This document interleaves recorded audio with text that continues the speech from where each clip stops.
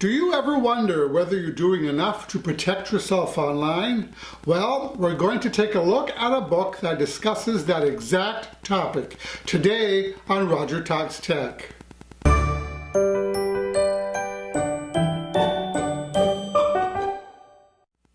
Hello everybody, Roger here, and welcome to my channel, Roger Talks Tech.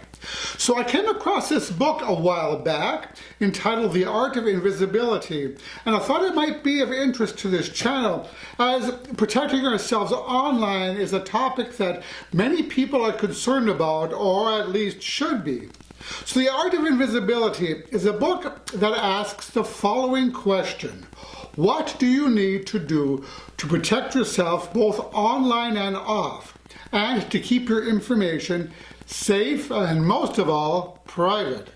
So this book is written by one of the world's most famous hackers, Kevin Mitnik, whose extracurricular activities have landed him in some major hot water a while back.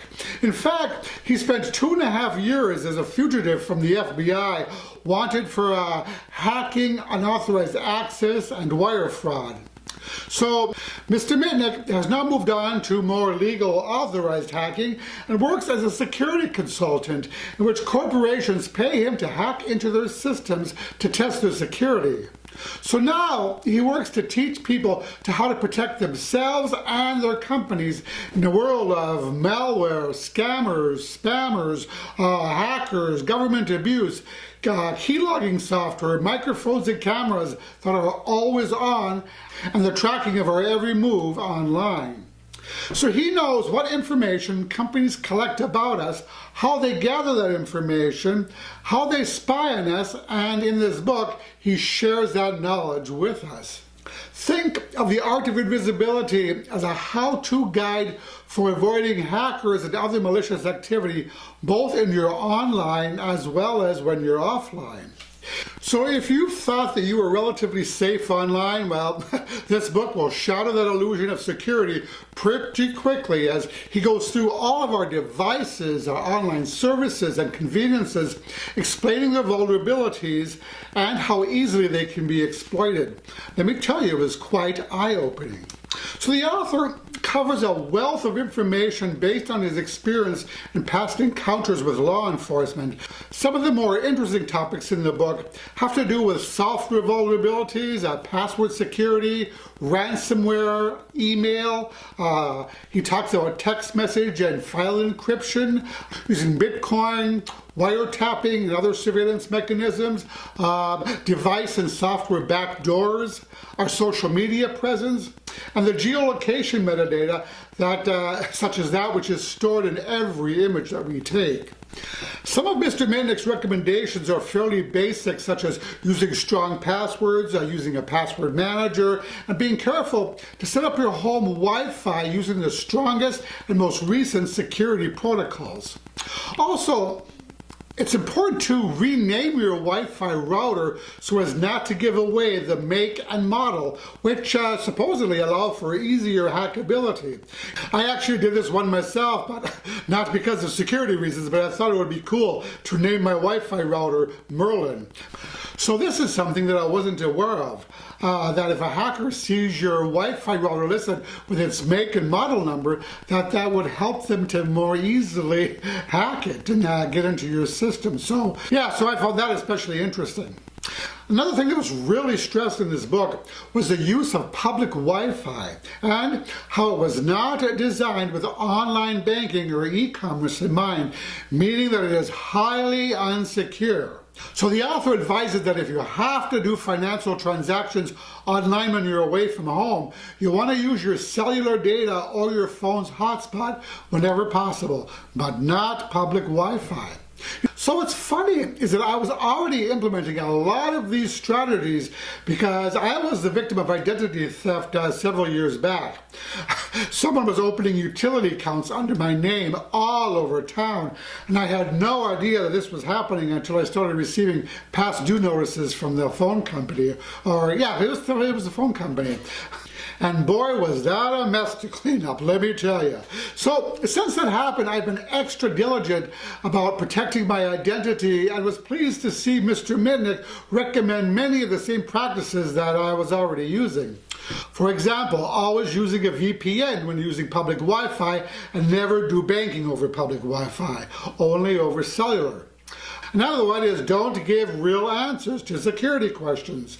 I personally use fake answers to any type of security question, such as your mother's maiden name, your first grade teacher, your first car, the city where you were born. I never even use my real date of birth. I don't even use the real month or day.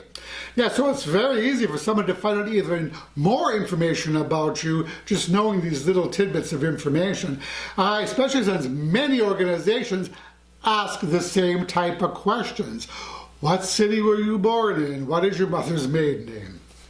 Another one is use a password manager. Now, I personally use 1Password, but there are many others out there, such as LastPass, for instance. And one should also use passwords that are at least 25 characters in length and never use the same password more than twice. And a password such as admin123 is definitely a no-no. Another thing I do is encrypt my files, but I don't do that to my messages or email, but maybe I should, and he talked about that in the book as well. I do maintain complete backups of my Mac and keep them unplugged from the main system. So this is a backup in case my computer is ever hacked by ransomware. I'm sure many of you have heard of these ransomware attacks that have been talked about in the news, in which the culprit completely locks down your file system and you cannot access any of your files unless you pay a ransom. Another important recommendation was to use two-factor authentication on any website that offers it, and use an authenticator app such as a Google Authenticator or Authy. I personally use Google Authenticator, though I recently ordered a Titan key, the Google Titan key, which is a physical key that's supposed to even be more secure than the apps. And I'm going to talk more about this topic on this channel in the coming days, two-factor authentication, authenticator apps, and the like, as I feel that this is really an important topic. Another biggie was, don't post anything too personal on social media, though I do admit that I fail at this from time to time, as I'm sure many of us do. Now, there are many, many more things that I learned from this book that I plan on implementing in the future. So one of the big takeaways from The Art of Invisibility was that basically there is no privacy anymore, and we live in a society where practically everything we do is tracked, monitored, and stored, sometimes for years, if not indefinitely.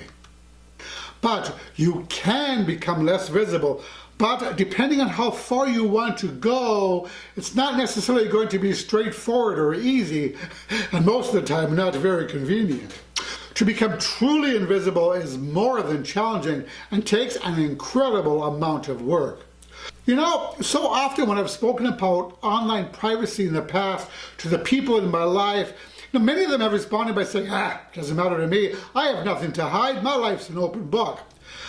This book, however, points out repeatedly that even if we're not working on classified government secrets or are not on the lam from the law as a criminal, we still may not want private third parties or nefarious hackers snooping through our computer files or into our personal files, or as I like to call it, having strangers rifling through your knickers drawer. And even then, there might be times where, for instance, you're in a dispute with your boss or a coworker, or maybe you're going through a messy divorce, or maybe being sued by a neighbor, anything of that nature. And in these cases, you'll want to make sure that there are no traces of your searches left behind that could be used against you, even if you're an ordinary law-abiding citizen. You'd be surprised what can be used against you in court. Text messages, emails, Uber rides, even a purchase of a bottle of wine at the grocery store. So to cut down on this possibility, the author recommends that you and your friends use text messaging apps such as Signal, which uses end-to-end encryption. Same goes for email programs. Of course, you'll both be needing to use the same email program. Proton Mail is one that comes to mind. Another one is to use a plugin for your browser called HTTPS Everywhere. And what this does is ensures that no matter where you browse to, that your session is encrypted. Now, I'm not sure what all browsers it supports. I use Firefox at the moment and have installed it on that and use it there as a plugin. I'm guessing there's probably at least a Chrome version as well. But yeah, you might want to check out on that.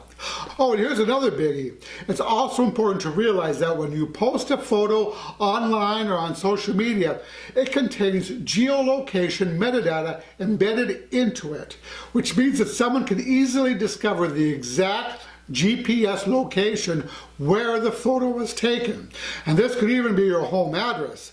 So you either want to stop posting photos online or learn how to remove that GPS metadata before posting them. There are also a plethora of more advanced recommendations for people who need extreme online privacy, and I'm talking at the Edward Snowden level here. So some of those tactics include using burner phones paid for in cash and purchased by strangers, and using various encryption tools to hide the data on our laptop and devices. You know, there were so many fantastic recommendations in this book to get started, no matter what level of privacy and invisibility you want to achieve. What I found especially helpful was that the author provides names of desktop and or phone or tablet applications that can help us in this goal. He also tells us which online services to use and which to avoid, and what to be aware of in both our private lives and our online lives. You know, it really is pretty easy to get started with all this, but it does take some vigilance and discipline as well. I think that this is an important book that everyone should read, because online security and privacy is something that we should all be aware of and be concerned about. And the strategies detailed in The Art of Invisibility provide the necessary guidance to help get us started. So I'm going to be going into more detail on many of these topics in the coming days on this channel, as I mentioned, because I do believe that this is a very important topic. So is there a particular security or privacy topic that you'd be interested in seeing me discuss on this channel? If so, please let me know in the comments. So I think that'll do it for this time, for this little mini review of The Art of Invisibility. And as I mentioned, look forward to more discussion on these topics in the near future. So thank you so much for watching. I really appreciate your support. And if you like this video, I'd appreciate if you would click the like button below, as it really helps me out. And also click the subscribe button as well, and that way you'll be notified whenever I release new videos. So that's it. I will talk to you in the next video. Roger and out.